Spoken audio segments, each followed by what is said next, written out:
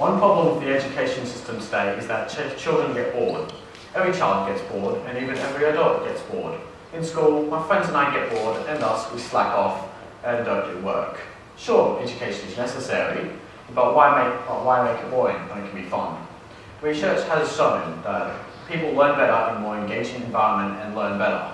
This is why the education system must change, so that children learn the most efficient way, not the easiest. Now the question is, how? The answer is play. Play is important to us all. From the very moment we open our eyes to the day of our deaths, we play. Now, in the age of information, play has evolved. It started in the 1940s as a simple, very basic simulation of missile launching. It then commercialized in 1972 into games of Pong. Now gaming has evolved beyond those basic forms into gaming as we know it. Now we are able to create simulations of new and exciting worlds where we can experience new things and learn. In the world of gaming, everything is play. Gaming can not only teach in a school environment, but also can be used to teach life skills such as organisation, micromanagement, and much more. All these amazing skills can be learned from playing video games. The education system relies less on the want of a child and more on the need of a child to learn. Children are not made to want to learn the syllabus, but are instead told they need to. In English, I learn the subject because I must pass high school. On the other hand, I learn and excel at maths because I find it engaging and somewhat fun. Because children don't learn out of desire, but instead out of necessity, they aren't involved. If we were to include play into the education system to involve children, I would be willing to bet scores would be higher and children would learn more. Surprisingly, there are already examples of how gaming has been used in a classroom environment. A survey undertook in May 2nd, 2012 in the USA, which 500 kindergarten to year 8 teachers were asked how they use games in the classroom to enhance learning. 80% of these teachers had been teaching for more than 5 years, and 20% of them were special education teachers.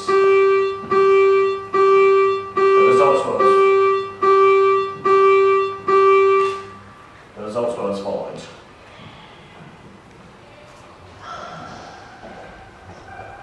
Um, 32% of teachers said they use games to teach 2 to 4 days a week. 18% said they use games to teach every day. 70% of teachers agree that games help with motivation and engagement. 62% said that games make it easier than to level lessons and effectively teach the range of learners in the class. 60% agree that games foster more collaboration and enable students to focus on specific tasks, and less than 10% reported negative experiences while teaching with games. And all this data was taken from a survey called Teachers' Attitudes About Digital Games in the Classroom by Jessica Millstone. But of course, this all doesn't mean that all games should be used to teach, the same way that not all glasses should be used to hold wine. We're not going to have students play Call of Duty to teach anatomy about which parts are the squishiest.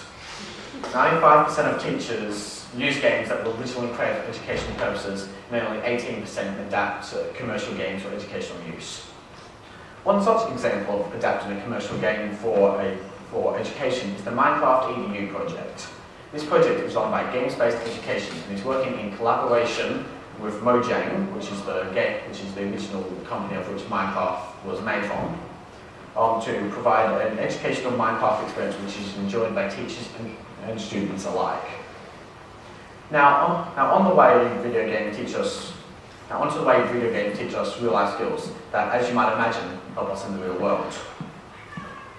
These skills include, but are not limited to, organisation, micromanagement, reflexes, quick thinking, logical analysis, memory, timing, and stress management. These skills are delivered through a vast medium of game genres such as real-time strategies and puzzle games. Organisation, memory, micromanagement, and quick thinking are all necessary to succeed in the real-time strategy genre of gaming, and hence these skills improve as you improve at the game. One such real-time strategy game which is effective at this is StarCraft 2. In this game, you build up a base and an army to defeat your enemy, who is doing the same.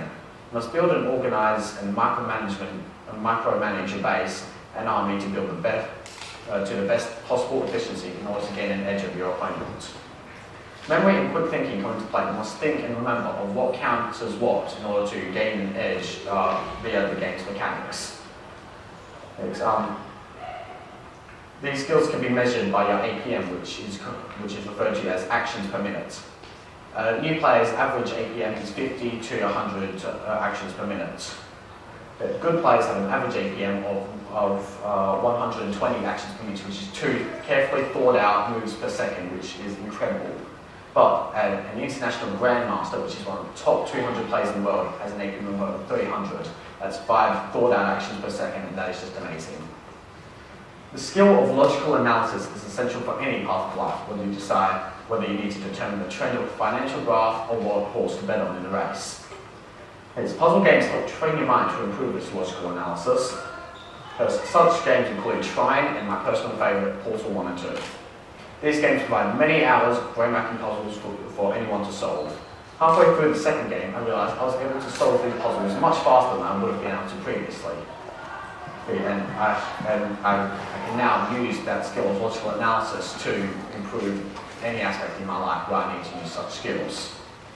These are just some of the ways that video games can teach us. Through the integration of the education system and life skills they provide us with, they have a great influence on our life and learning. And I implore any teachers who's out there to throw aside their prejudice for video games as only entertainment and instead treat it as an educational tool, which is entertaining. Of course, take what I'm saying with a grain of salt. Don't only teach students with video games, but teach them with the most efficient method for everybody in mind.